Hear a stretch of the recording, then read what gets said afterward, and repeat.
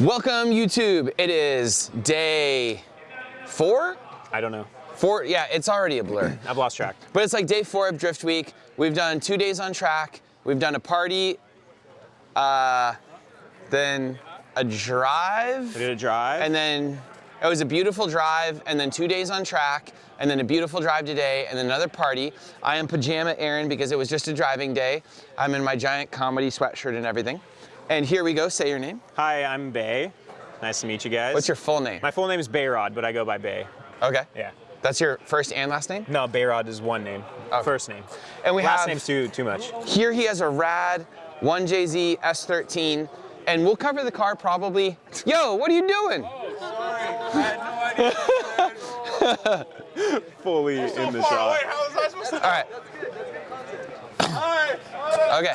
Thanks So anyways, for the house. he has a rad 1JZ S13. Don't get out. You got to stand on that line. Sorry. Otherwise, nothing's in focus. Okay. So anyways, we'll talk all about this car later, and we're also going to do an episode where I drive it, and we're doing a bunch of reviews. So these cars will get more footage and stuff. But I was going to kind of get out of this video and just kind of let him talk. Tell me about how, because we're at the beginning of the trip, one, how the trip is going, kind of like emotions or vibes or all that kind of stuff you're feeling, because this has to be a bit different than a normal drift event. Yeah. I am doing a bunch of things like forcing you guys to kind of network and hang out and go to parties. I'm forcing you guys to kind of drive. Did you go on the drive out to Villains from the observatory? Yeah, we met up there. I'm making you guys meet up and do things. I'm making you guys do aggressive driving on, Villains. And you guys still have 5 more days on track or something like that, which you've probably never done a drift event like this. So stand on the line and just kind of tell me what's up. I'm gonna drink my iced tea in the background and just talk about like what it feels like to do Drift Week. Your expectations, what's a failure on my part or like what's good on my part. Yeah. Don't be afraid to like break my heart. Okay. You can say what was bad, like, maybe you didn't enjoy something at all. Maybe you hate someone here. I don't know, just talk to the camera. I'm gonna go drink tea. All right. I just want to say a special thanks to the sponsors for making Drift Week happen. We can't do it without them. Special thanks to BC Racing Coilovers, Y-Plate Imports, Torco Oils and Racing Fuels, ECU Master USA, and Drift HQ. Well, so this is my 1JZ S13, and I actually just finished building the car, finishing building the car probably like a month ago. And essentially this car, I bought it like 4 years ago as a KA car. It was my first drift car, and I drifted it as a KA for like 6 months, and then I blew up the KA, and then I decided I should put another KA in it because it was cheap and it was seat time, and that's all I cared about. And so I did another KA for like probably 2 years, and then decided to do an SR, which was a big mistake. If you're an SR guy, I'm sorry, but it blew up on me, and then I was like, okay, I'm gonna do another SR. And I decided last minute after building a badass SR, my teammates, 2 of them run 1JZs, and I was like, maybe it's time I just make the change to a 1J before they get too expensive. So sold all my SR stuff, did a 1J swap on it, and I've done 3 track days before Drift Week with it, and it was phenomenal. Like, it was literally the rowdiest car I've ever been in and driven, and like the way the power comes on is amazing. And honestly, like watching Lone Star videos in Japan and like seeing all the chasers really made me want a 1J because those cars are just super cool. And obviously like they're too expensive to buy the whole car, so just bought the engine.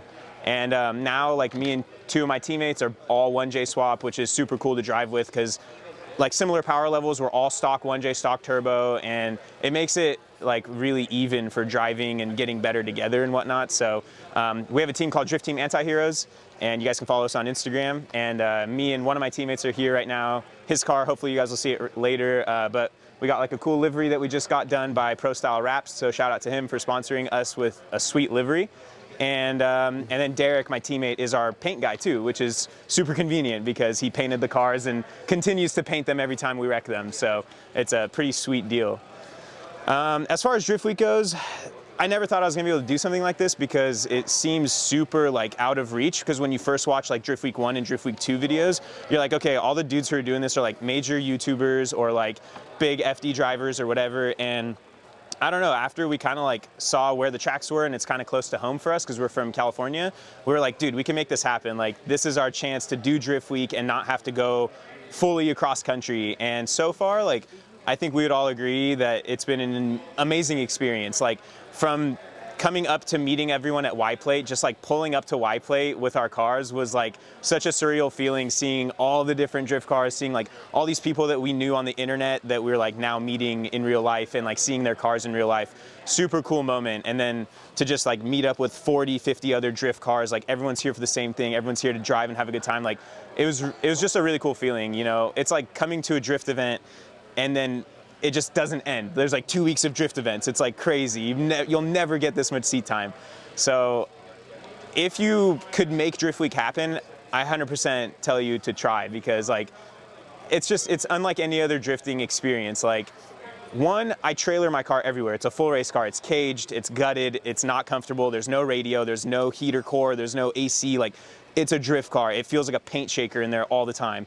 And driving that on the street, like, I've put more miles on it in the first 4 days of Drift Week than I've ever street driven this car in the 4 years I've owned it. And it's held up amazing, which is really cool. So Drift Week is like a real good test of like how well did you build your car and like how well did you make it to last, you know, abusive drift days after, you know, one after another. So I mean, we're only 2 days in. I hope it lasts the whole trip, but it's good so far. So what else? If you want some help, I'll get back in the video. I like to hear people talk sometimes, and I figured you do a good job and I wouldn't be leading you and stuff. Yeah. If you guys want to hear me talk a lot, you could follow my YouTube channel. I talk all the time on there. It's at Bayrod Says, and yeah, I pretty much have been vlogging, like doing drifting stuff and like building the car and breaking the car and like typical kind of vlogging drifting stuff. But I really started the channel to show people that like a regular guy with my regular friends can build badass cars and come and do badass stuff like this, and it's like totally possible. You just have to work really hard, you know. You have to make money, you have to spend money, you have to be cheap where you need to be and spend money where you want to, and yeah, anyway. So one of the things you talked about was it seemed unobtainable at first, and then it became kind of obtainable. The first Drift Week, and then also the second one, I kind of felt like inadvertently people thought probably it was some type of clout week or like, you know, some type of like, you had to be special to be on it, or like a YouTuber or a famous race car driver or whatever. Well, it was really weird because people thought that's what the trip was about.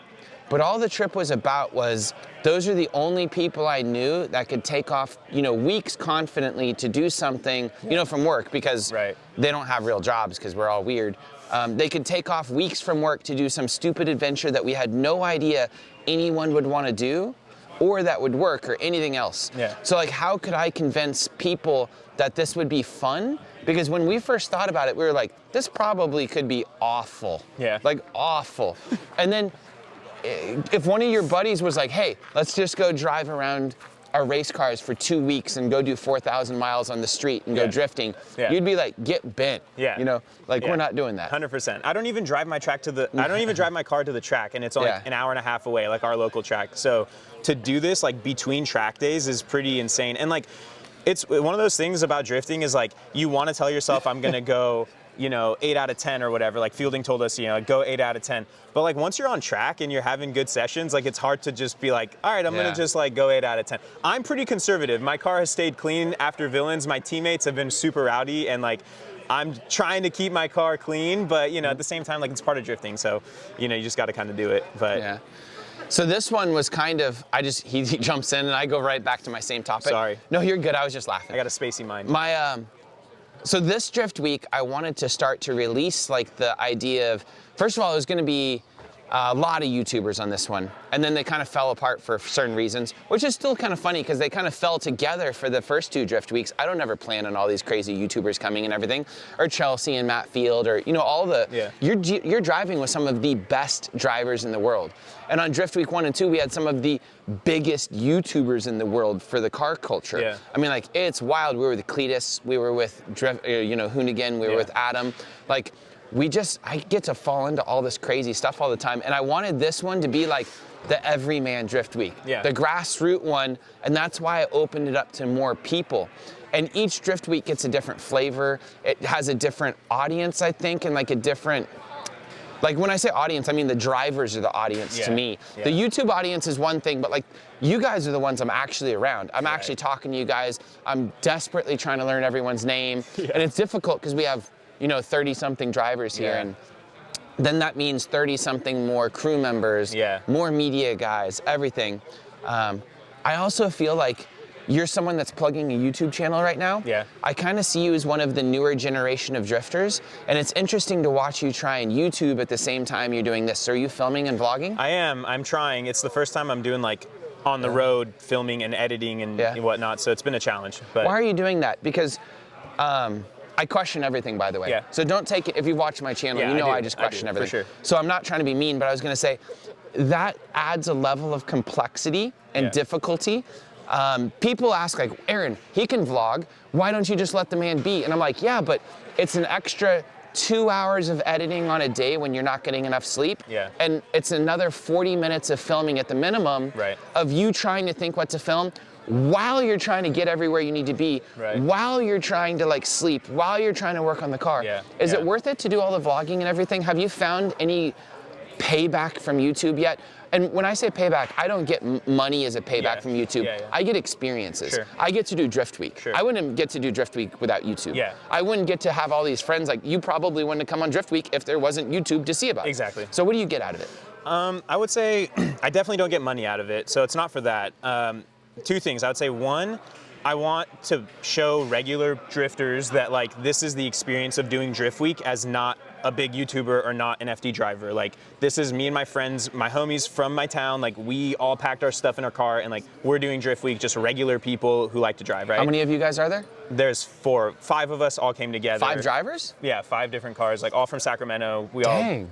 Yeah. Okay, keep going. So I remember you guys were the ones that had the team, but not everybody wanted to be the same livery. Right. So technically, it's Anti-Heroes is me and Derek. Because I was going to say, I booked a couple of you guys right at last minute. Right. That's right. So me and Wyatt, Anyway, so one thing is like, just showing I people. booked like, I went through 150 applications, so my mind is mush on this, so keep going. They got in as a team, by the way. I think I explained it to you guys. I was like, I'm letting you guys in as the spirit thing as a team, and I'm gonna develop that as a story later on. But like right now, I'm just trying to get through the event. I mean, I'll tell you a couple like good team things that have happened so far. Like day 1 of Villains, we totally missed the driver's meeting because we were working on Derek's car at the Airbnb. It was like having all these issues the whole drive up, so like I couldn't leave my teammate behind. Like, we had to fix his car before both of us made it to the track, you know. So like that's part of drifting for us though. Like, I'm not gonna drive if he can't drive, vice versa, you know. But then the second thing about Drift Week, like, or doing the YouTube part, is YouTube is a huge motivator for me to build a car, like build a cool car, because before I was like trying to make a channel and vlog it, like you just didn't have as much, you just didn't have as much motivation to make the cars pretty or do as nice of stuff as I wanted to do when I did this swap. And like, I took my time, freaking wet sanded the whole engine bay 400 grit, like, before I painted it, just to make it really nice, like, just because the car looks great, it's on the, thank you. You know, and I don't know, so that's part of YouTube. It motivated me to like build the car, and like every time I felt like, oh, I just don't want to spend more money, or like I don't want to like get in the shop tonight, like, no, I got to put the video out, like I got to film it, like I got to just finish the car, because like there's people waiting. And I don't have a big channel, but like there's a core group of people who like want to see where this thing goes, and like I do it for that. I like seeing the comments of like, dude, you drive, you're driving well, or the car looks really good, or like, oh, like I got so much help out of this video because like I'm doing a 1J swap or whatever, you know. So I like that aspect, like helping people see like the inner side of drifting that's not like the big YouTuber side or the big FD driver side or whatever, just like regular side of drifting, like me and my friends, you know. So cool. Yeah. Making him stand on his line so we're in focus. Sorry, I've never been a TV star. It was somebody complimented us on getting a tripod, Sai, and I was like, we don't own a tripod.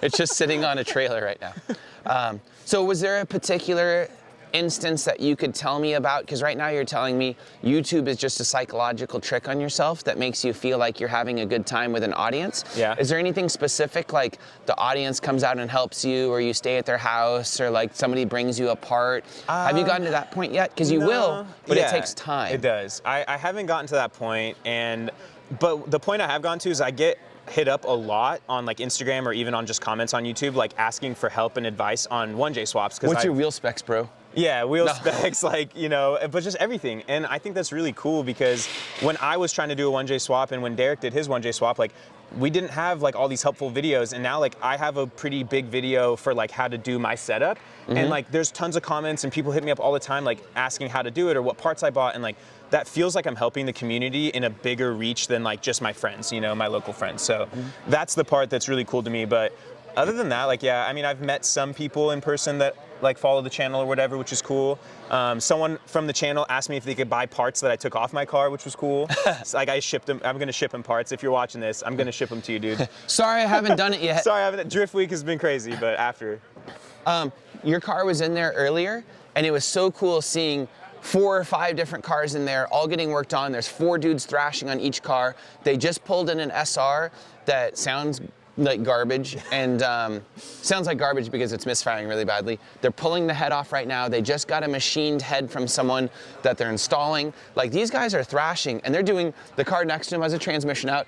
The F80 M3 is getting a new radio installed so he can have Apple CarPlay, which I thought was absolutely insane. And then the car up there, they just drove across this state from Walla Walla to Monroe, Washington, and it has wood in the brakes. Did you see that? No, which one? Yeah, the black or the 335i. Wow. Because they were having braking issues, so they just, instead of brake pads, they took out the brake pads and jammed wood in there, which I don't even know what that means. That's insane. But everybody has like their own little struggle here. Yeah. And it seems like everyone's actually having fun working on the cars besides Brandon Wicknick. Yeah, you know what? I was at the villain shop last night, and I walk in, I see his car on the lift, and I was like, "Are you pulling your engine again?" And he's like, "Yeah, you know, just that's my thing I do on Drift Week is pull my engine." Yeah, twice. And he rebuilt it in 5 hours the first time, and he's like rebuilt it last night again. Well, I mean, if you rebuilt it once in 5 hours, that's true. That's true. How do you make that joke?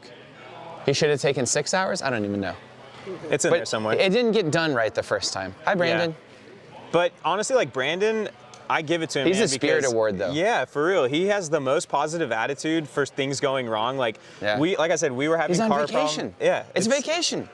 And this is so beautiful up here. It is. It really is. The drive today, I went live on my Instagram for the first time because we were driving through these like mountain passes. Instagram has live? I didn't even know that. I know. I've never done it. Oh, okay. Keep going. But anyway, and like there's these mountain passes where there's like snow next to us, and I'm just cruising with like my 4 homies. They got trailers on the cars. We're like stuffed with all of our stuff, and we're like street sharking through the mountains of Washington. Like, surreal experience. Like, insane. Because normally, like, dude, I don't street drive this to the gas station. Like, it's too sketchy. I feel like it's too sketchy. But it actually doesn't, like, it's done really well. It doesn't feel sketchy. Like, yeah, we were doing some fast pulls and stuff. It feels good on the freeway. What's the fastest you've gone in it on Drift Week so far? 0 gauges as far as speedo and RPM. So I have like no 5th idea. gear, 4,000 RPM, or like wrapping it out? Dude, Fielding maxed his out. I mean, not on like drifting wise, I don't know how fast, but driving, like we probably hit like $110, $120 on the freeway, but it gets kind of sketchy. Like the car doesn't feel great. If you've seen Fielding's car, fiberglass mobile with like tube frame buggy machine, he wrapped out 5th gear on limiter. Really? Yeah. The car doesn't feel I was just steady like, enough for me to do that. No. That's crazy. Well, his is probably worse than yours, so.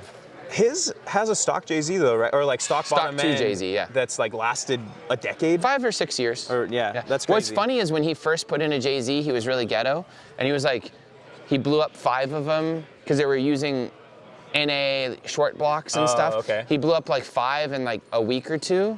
And was like straining the oil through like a shop rag, reusing the oil because he couldn't afford to like use like, you know, buy new oil. Yeah. And anyways, it was a mess. That's crazy. But now he's had amazing luck for like 5 years. Yeah. It's been the best motor ever. He actually just got one recently and is having it like rebuilt just because he feels like he needs to get one ready. Start like having a backup. Yeah, so that he's not pressured if it actually does ever have a problem. I mean, it's hard with JZs, you know, after so Adam reliable. LZ raised the market of JZs, like, that, you know, it wasn't him. I'm just kidding. Alone. No, but it is hard now because like even 2Js are like, you know, 8-10 grand. Like I got my 1J for 3 grand, but Derek bought his 6 months before me at the same importer for $1,300. Dude, less than half price. They used to be like $100 in Japan and like $600 in the United States after shipping. No way. Yeah, that was back in the day. Yeah, I didn't even know what drifting was back then though. Like, yeah. It doesn't matter because like we couldn't get wiring harnesses and no one knew how to work on stuff because we're all YouTube didn't exist, so like everything was black magic. You're just figuring it out, trailblazing. Yeah. So how many hours a day are you spending YouTubing? And are you publishing every day right now? Not right now, no, not every day. I've like been filming every day since we started the trip, but it's just been so hectic and stressful and like working on the cars and like every time I plan, I'm like, all right, we're gonna get done at the track at 5 on Sunday. I'm gonna get back to the Airbnb and edit. And then it's like, I got back to the Airbnb, went to Villain's shop to work on the car a little bit. And then by the time I know it's like 1 a.m., I'm getting back to the Airbnb. It's like, so it's been challenging, but. And internet is challenging. And internet, Wi-Fi connection, so. I do really. Figuring it out. Oh, sorry, keep going. No, that's it. Yeah, I'm just, it's hard. It's like. I'm amazed. Oh, I keep cutting you off. No, you're good. Good. Okay, I was just saying I'm absolutely amazed that each person that gets into drifting now is so heavily influenced by what's gone around them that you built a car that looks a certain way. It's the aesthetic that you find like most attractive in drifting to yourself and fits your budget and fits your aesthetic and fits what you want and everything. And then your actions are by what you enjoy, which is you've probably watched a bunch of YouTube, which has given you the the aesthetic and everything that you want. Right. So then you go on YouTube because you want to be a part of that because it's enjoyment. You know what I mean? Used to be back in the day, people wanted to get featured in magazines or something. Right. And it's just like as the world moves on, because I've been around drifting now since 2002 to 2003. Yeah. I've been hosting events that long. So I've seen entire ranges of like originally it was forums. Kids wanted to be really cool on forums. Yeah. And they wanted to have a 200-page build thread where people jerked him off kind of thing about how cool everything was and just like, oh, that's the coolest thing ever. He's like, no big deal. Yeah. You know, like that kind of stuff. And then it went to eventually, I guess YouTube and Instagram. Instagram is its own thing where you just post like gas station photos of your car. Sure. And YouTube is now about gathering an audience and like communicating with them and like becoming friends with them, I guess, and like speaking to them. And I don't know what the next thing is. I'm always chatting about that and stuff. And there are people that just go out and drive and don't care about that stuff. But even I don't believe anybody goes out and drives and doesn't watch YouTube now. Is that? I mean, I'm sure it's possible. Like, but I have friends who have never heard of some of the YouTubers that are like the biggest names in YouTube. You know, as far and as they're drifting. drivers. And they're drivers, and like. But like at the not very to call least, out though, I'm gonna call out my homie Lucas. Even like, at the very least, though, they're still going on YouTube to find how-to videos of everything, and they're just not into the vloggers because I actually don't really watch vloggers either. But I do a lot of YouTube how-to. So I'm on there just like, how do I pull this water pump? I mean, I do stuff the most asinine stuff. Like, I'm not joking. Like, if it's take a piece of trim off of my 528 BMW so I can like fix an air conditioning vent. No, I look it up. I know exactly what it is, but if it's like, whoa, be careful to not break this clip. I'm like, I watch it just because I know it's 4 minutes long and I won't break a clip and I just like, you know what I mean? It's worth it. And like, I do that too. And partially it's because like, as a YouTuber now, like I want to support other YouTubers. So like, I'll watch those videos like that because even if they're just short or like whatever, just because I'm like, like that video, like you did a good job, you know? Like it's important, that stuff's important. So I don't know, just try to. Another brain-breaking thing, I'm sure I'm so late to this game, but my buddy True, he was like, Aaron, get a YouTube premium account. He's like, it completely changes YouTube. It's a different animal. Like you can close your phone and it's still playing. There's no ads. So things just go like that, and you also just let it play. So on this trip, when we left, because it was a 3-day drive up here, it's like a 36-hour drive each way with the trailer, and then I've already done 6,000 or 5,000 miles on this trip or something. But anyways, I have a YouTube premium account now. Now I let things play, which I never did before because it was annoying because of ads. But everybody always told me like, oh yeah, your videos are 40 minutes, but I'm just at work and I just have let everything cycle. And that I've never watched YouTube like that. I've never let something autoplay and go. And now I just let things roll. So it's you have crazy. YouTube Premium? Yeah.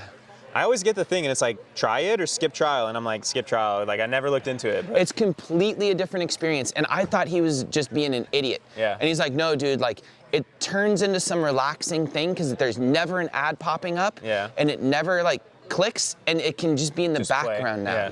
Like I even just turn the screen off sometimes. Because if I know it's an audio thing, because I make a lot of content like this that could just be audio.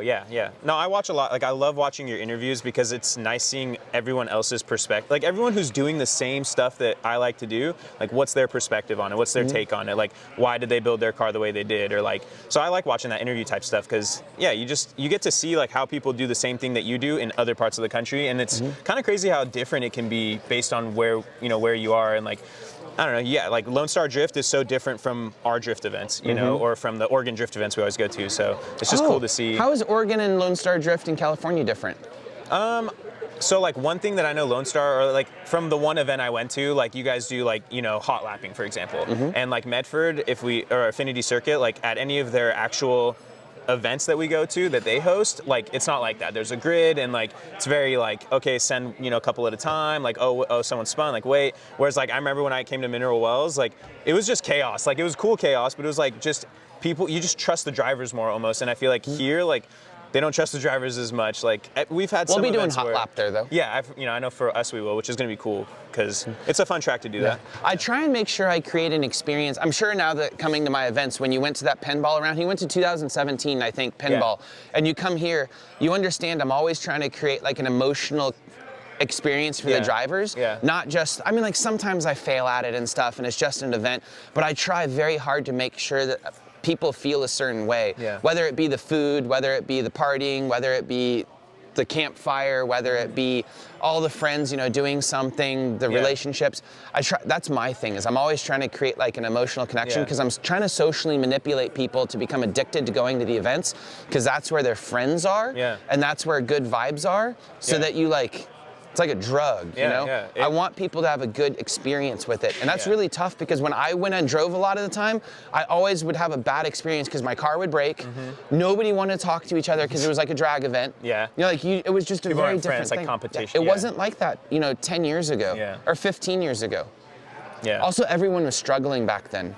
And there weren't many of us. It was definitely a lot smaller. I literally like didn't even know what drifting was till like 5 years ago. Like I got into drifting 4 years ago and like I'd only literally known about it like, I don't know. I had some friends who bought 240s and like whatever, and I went to a skid pad event and I rode in one 240, like a dual cam, like slow, you know, hatch. And my friend Samir just like sent me on a crazy lap, like following Derek, and it was just, I was like hooked immediately, like like emotionally, like you said, like it's just this adrenaline feeling of like, I want to do that. Like I want to be in the car. I want to be sideways. I want to be like next to my. It's just cool. It's like no other sport like it, and like it's unreal. It's unreal. All right, I think I've covered everything I want to talk about. Is there anything you want to finish off with? No. Villains was an awesome track. If you guys ever in the area, thank you, Nate at Villains. Amazing hospitality with their like the track itself and their shop and like the party and just helping everyone out on their cars. Like it's a completely different experience when the track owner is a drifter, because very rarely do you go anywhere and the track owner drifts. And the track is specifically a drift track. Like he built a drift track for drifting. It's not a kart track that we drift on. Like it was just a different feeling. It was really cool. We definitely will come back. I hope to come back too. He said I could come back and host another event. I would love There was a rumor that Nate and I got in a fight or something, someone said. Really? Yeah, both of us were like, what? Damn. Yeah, Nate's rad. Okay, Sai, pick up the camera and come shoot the car for a second. We have 5x120 wheels on a 240SX. Is this real life? Yeah, that is. It's just an adapter spacer, right? It's an adapter, yeah. Okay, and parallel wheels. Yep. These are rad wheels. I don't know what else to say about that. It's odd, but it's unique. I will tell you like the reason I run them is because I have a BMW Trans and I feel like it, you know, they work together. Yeah. Is this a KBD? KBD side skirts and front bumper, Okay, I was like, it feels like KBD and then it feels like fiberglass. Yep. Odd little riser situation right there. Yeah. What's up with the riser situation? It touches the over fenders without the risers. Oh, so you had to lift it. I just lifted it a little bit. Interesting. Yeah, it's not, you know, Cool stickers. All drift cars need stickers. Let's look at the interior. Yeah, just pull hard, it's a drift car, yeah. He's got door bars. He has a painted interior. Oh, look at that shifter boot thing. He has a CNC shifter boot. I haven't ever seen that piece. What is that? So it's a PMC shifter, short shifter, and then they make a S chassis like adapter plate to bolt it to. And what's the transmission? It's a ZF trans from a BMW M3 E36. Oh, do you like that? Yeah, I like it a lot. It holds a lot of power. Is it like and from Poland or something? The adapter plate? Yeah, they're from PMC from Europe. He's got a lot of adapter right there. Cool. He has a stock seat. Stock S14 seat. Yeah. You want to pop the hood for me? Yeah. This thing is super cool looking. No hood prop because race car. I need one though. Tubes, lots of tubes. Really nice Koyo rad. These are awesome. Taurus fan, it looks like. Is that a Taurus? This is actually cool. Taurus. So he had to move everything forward because JZs are really tight. So if he would have a stock core support, he couldn't fit all this very nicely. But he moved this stuff forward. Nice, very simplistic intercooler with very little piping so it doesn't go all over the place. Cut up that. This is very important, drift guys. Sai, get this? That bracket down there, your fenders break, and it's a mess if you don't have that bracket. I see that missing all the time. You can't overbuild that bracket enough. That bracket's very important to keep your fenders together for S13 guys. It pushes it out so it doesn't flop. Yeah, it does. Oh, he has BC coilovers. Yes, sir. Everybody has BC coilovers. Big supporter. He has a little bit of importation corrosion there. Yeah, I tried to clean it. I'm gonna paint it do all it? one day. Yeah, I wire wheeled a lot of it, but Stock turbo. This thing probably makes what, 300 wheel as it sits? probably like 280. 280? 285, yeah, it's got the Probably future fab downpipe. the perfect engine for this car. Stupid reliable, beautiful power band. That stock turbo spools at like 2,400 24, RPM. 25. And with the short like piping with the high Feels mount, really good? it's super, yeah, it spools Cool. really fast. Okay, show me anything I missed. Oh, he has the dumbest little air filter. Look at this. I know, dude. You're the second person today. Look at I that need to get a thing. bigger one. It was for wheel Oh, it's clearance so originally, terrible. but I'll get a bigger one. I just wonder for if you that guys. actually robs any horsepower. I For think like it doesn't does. matter at all. No, I think it Really? does. I think it's like restricting induction a little bit for Yeah? sure. I'm gonna try a bigger one. That's hilarious. Yeah. Well, it's because I had a bigger one when I had a KA, and the tire hit it and ripped it off in drift, and the car died. So I bought a little pancake style That makes sense. one. I'm just laughing. Nah, that's it's a funny. beautiful engine bay though. Thank you. Super simple. I love it. And is it pretty reliable? It's been super reliable. It was getting kind of hot, so I modded my radiator. This is a coil dual pass end flow radiator, and I moved the cap. I had it like capped right here, and moved the cap to the water neck, and so it helps just kind of keep the highest point right here or whatever. Are you doing So- all the fabrication yourself? No, I had some friends help me with the fab work. Okay. I don't have a tube bender and stuff, so one of my teammates actually, he has a tube bender and a welder, so he helps me with that stuff. I do some welding, like little tabs and stuff. All the ugly stuff is mine. Yeah. That's about it. Sai, I just realized who I look like. Billie Eilish with the giant clothes. Never mind, he doesn't get it. He doesn't listen to young I get people it. music. I get it. Never It was a good mind. joke. It was a good joke. Okay, whatever. Sai doesn't think I'm funny. Look at this. All the stuff disconnecting. Yeah. The old There's like chassis problems. I'll tell you guys this. There's a very fine line between like I want to make this car look really pretty and it's a drift car. And like if you're No, in it that looks point- good, man. This Yeah. is really nice Thank for a you. drift car. Thank you. Like I said, YouTube kind of makes me do that though. Like, Yeah. I don't know if I would care as much if I wasn't YouTubing it. I don't know. All right. Well, I And think then, we're done. yeah, Thank that's you it. so much.